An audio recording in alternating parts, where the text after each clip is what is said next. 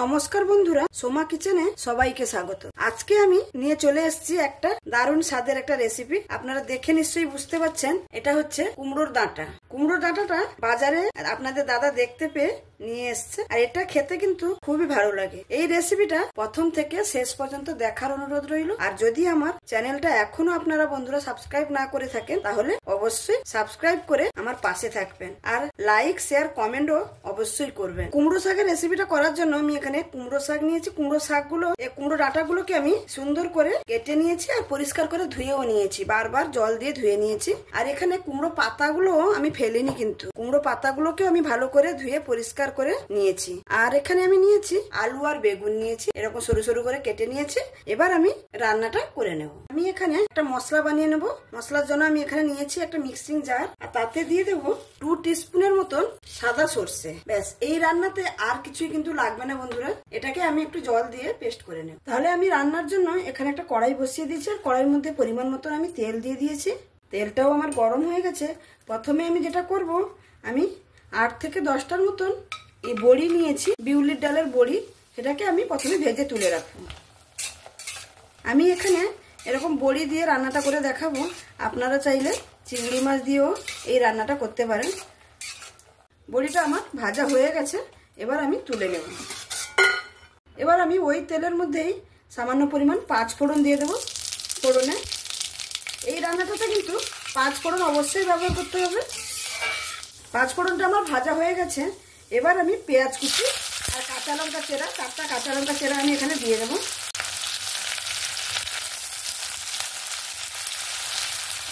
পেঁয়াজটা এখানে আমার ভাজা হয়ে গেছে।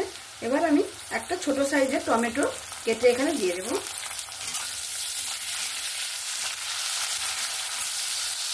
ভালো করে পেঁয়াজের সঙ্গে একবার দুবার নাড়াচাড়া করে নেব। নাড়াচাড়া করে নিয়েছি। এবার আমি সবজিগুলো এখানে দিয়ে দেবো। প্রথমে দিয়ে দেবো আলু আর বেগুন, তারপরে দিয়ে দেবো কেটে রাখা কুমড়োর ডাঁটা।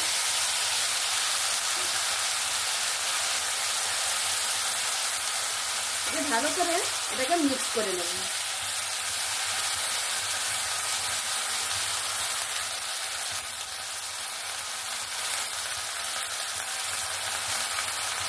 আমি ভালো করে মিক্স করে নিয়েছি।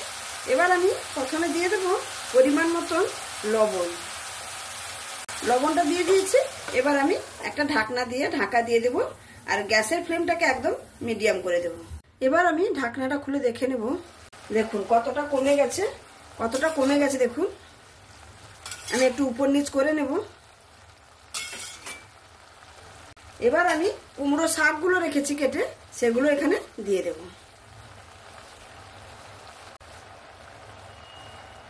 এখানে দেখে মনে হচ্ছে অনেকগুলো, কিন্তু রান্না যখন হয়ে যাবে তখন একদম কম হয়ে যাবে। এখানে আমি একটু উপর নিচ করে মিক্স করে নিয়েছি। এবার আমি দিয়ে দেবো হলুদ। প্রথমেই তো আমি লবণ দিয়েছি, আর লবণ দেওয়ার দরকার নেই, পরে যদি লাগে পরে আমি চেক করে দেব। এখানে দিয়ে দেবো হলুদ, তারপরে দিয়ে দেবো এখানে ঝাল লঙ্কার গুঁড়ো দিয়ে আবারও একটু মিক্স করে নেব।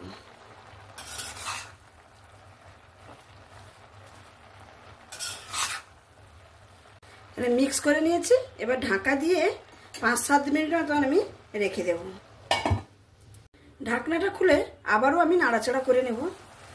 দেখুন শাক থেকে যে জলটা বেরিয়েছে, সেই জলটাকে একদম আমি শুকিয়ে নেব। আর প্রথমে দেখে কতটা মনে হয়েছিল কতটা কম হয়ে গেছে দেখুন।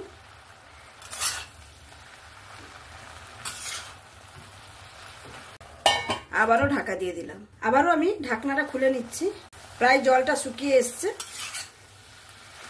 একদমই শুকিয়ে গেছে জলটা। আর আলু বেগুন যেটা দিয়েছিলাম, ডাঁটা ফাটা সবকিছু কিন্তু সেদ্ধ হয়ে গেছে একদম।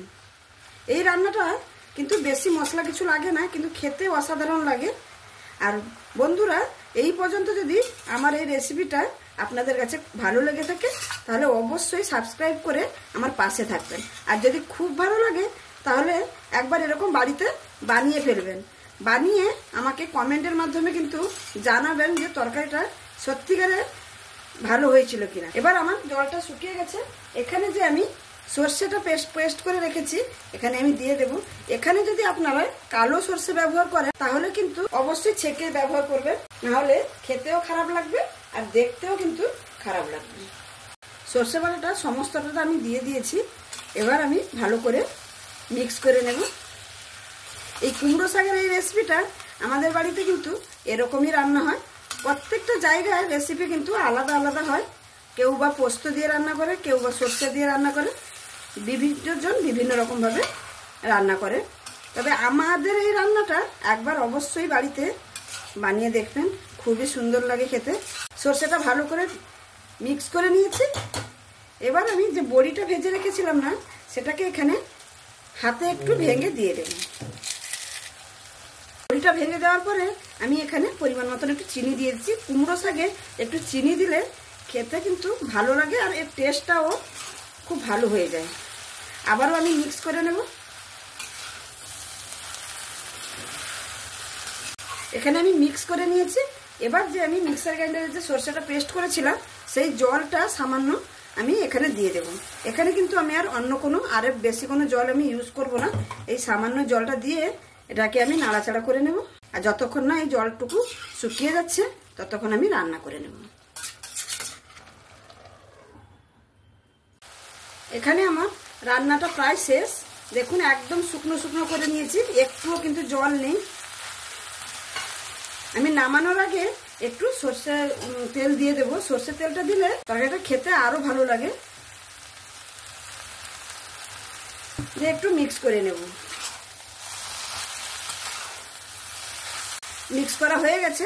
এবার আমি এটাকে নামিয়ে আপনাদের কাছে পরিবেশন করে দেখাচ্ছি। তাহলে বন্ধুরা দেখতেই পেলেন আমি এই কুমড়ো শাকের রেসিপিটা করে বানালাম। আমার মতন করে একবার অবশ্যই বাড়িতে বানিয়ে দেখবেন, খুবই সুন্দর লাগে খেতে। এই রেসিপিটা কিন্তু বিভিন্ন জন তো বিভিন্ন ভাবে বানায়, আমি যেভাবে বানিয়েছি একবার বাড়িতে অবশ্যই ট্রাই করবেন, খুবই সুন্দর হয় খেতে। তাহলে আমার এই রেসিপিটা যদি আপনাদের কাছে ভালো লেগে থাকে তাহলে অবশ্যই লাইক, শেয়ার, কমেন্ট এবং সাবস্ক্রাইব করে আমার পাশে থাকবেন। প্লিজ বন্ধুরা সাবস্ক্রাইব করতে ভুলবেন না, সাবস্ক্রাইব করবেন। সাবস্ক্রাইব করলে কি হবে, আমি যখনও কোনো নতুন রেসিপি আপলোড করব আপনাদের কাছে সঙ্গে সঙ্গে পৌঁছে যাবে।